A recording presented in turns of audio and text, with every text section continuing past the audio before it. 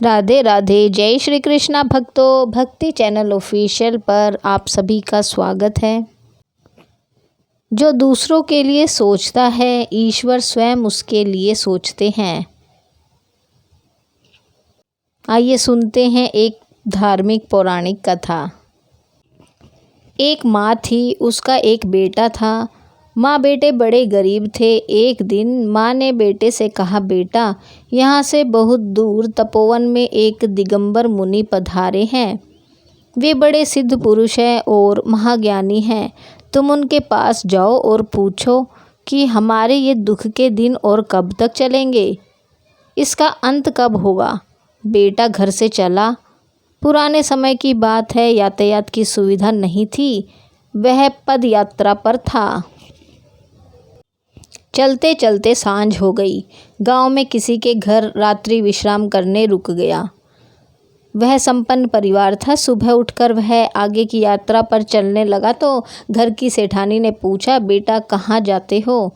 उसने अपनी यात्रा का कारण सेठानी को बताया तो सेठानी ने कहा, बेटा एक बात मुनिराज से मेरी भी पूछा ना, कि मेरी एक इकलौती बेटी है, वह बोलती नहीं है, गूंगी है, वह कब तक बोलेगी तथा इसका विवाह किससे हो गया। उसने कहा, ठीक है, और वह आगे बढ़ गया। रास्ते में उसने एक और पड़ाव डाला। अब की बार उसने एक संत की कुटिया में पड़ाव डाला था। विश्राम के पश्चात जब वह चलने लगा तो उस संत ने भी पूछा, कहाँ जा रहे हो। उसने संत श्री को भी अपनी यात्रा का कारण बताया। संत ने कहा, बेटा मेरी भी एक समस्या है, उसे भी पूछ लेना। मेरी समस्या यह है कि मुझे साधना करते हुए 50 साल हो गए हैं, लेकिन अभी तक मुझे संतत्व का स्वाद नहीं आया है। मुझे कब संतत्व का स्वाद आएगा, मेरा कल्याण कब होगा, बस इतना सा पूछ लेना। युवक ने कहा, ठीक है, और संत को प्रणाम करके आगे चल पड़ा। युवक ने एक पड़ाव और डाला। अब की बार का पड़ाव एक किसान के खेत पर था। रात में चर्चा के दौरान किसान ने उससे कहा, मेरे खेत के बीच में एक विशाल वृक्ष है। मैं बहुत परिश्रम और मेहनत करता हूँ, लेकिन उस बड़े वृक्ष के आसपास दूसरे वृक्ष पनपते नहीं हैं। पता नहीं क्या कारण है। किसान ने युवक से कहा, मेरी भी इस समस्या का समाधान कर लेना। युवक ने स्वीकृति में सिर हिला दिया और सुबह आगे बढ़ गया। अगले दिन वह मुनिराज के चरणों में पहुंच गया। मुनिराज के दर्शन किए। दर्शन कर उसने अपने जीवन को धन्य माना। मुनिराज से प्रार्थना की कि प्रभु, मेरी कुछ समस्याएं हैं जिसका मैं समाधान चाहता हूँ।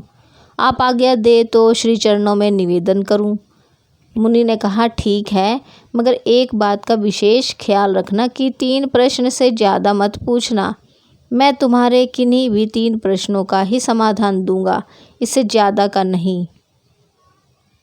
युवक तो बड़े धर्म संकट में फंस गया। अब क्या करूं? प्रश्न तो 4 हैं, 3 कैसे पूछूं? 3 प्रश्न दूसरों के हैं और 1 प्रश्न मेरा खुद का है। अब किसका प्रश्न छोड़ दूं? क्या लड़की का प्रश्न छोड़ दूं? नहीं, यह तो ठीक नहीं है, यह उसकी ज़िंदगी का सवाल है। तो क्या महात्मा के प्रश्न को छोड़ दूं? यह भी नहीं हो सकता। तो क्या किसान का प्रश्न छोड़ दूं? नहीं, यह भी ठीक नहीं है। बेचारा खून पसीना एक करता है, तब भी उसे कुछ भी नहीं मिलता है।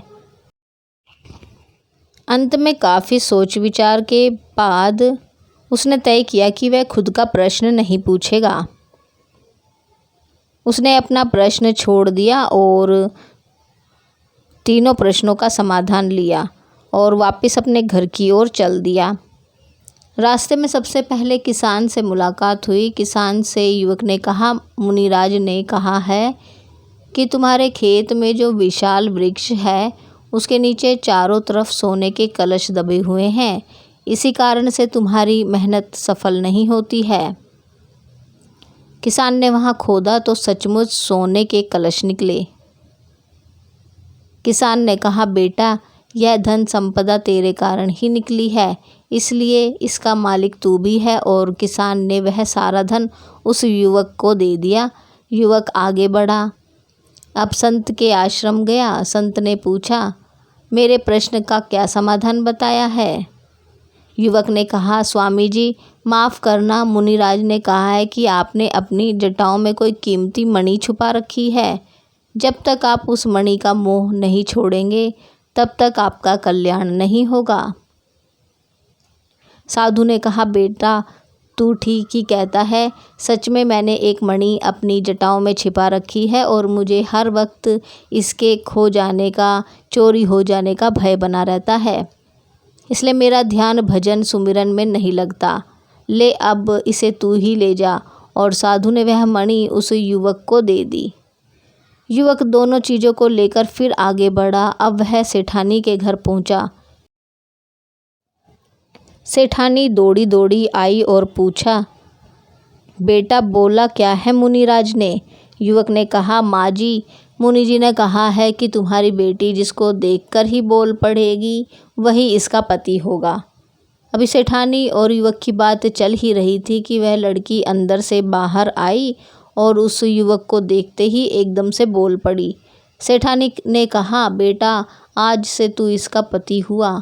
मुनिराज की वाणी सच हुई और उसने अपनी बेटी का विवाह उस युवक से कर दिया। अब वह युवक धन, मणि और कन्या को साथ लेकर अपने घर पहुंचा।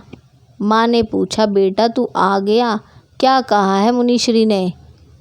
कब हमें इन दुखों से मुक्ति मिलेगी? बेटा ने कहा, माँ मुक्ति मिलेगी नहीं, मुक्ति मिल गई। मुनिराज के दर्शन कर मैं धन्य हो गया। उनके तो दर्शन मात्र से ही जीवन के दुख, पीड़ाएं और दर्द खो जाते हैं। माँ ने पूछा, तो क्या मुनिराज ने हमारी समस्याओं का समाधान कर दिया है?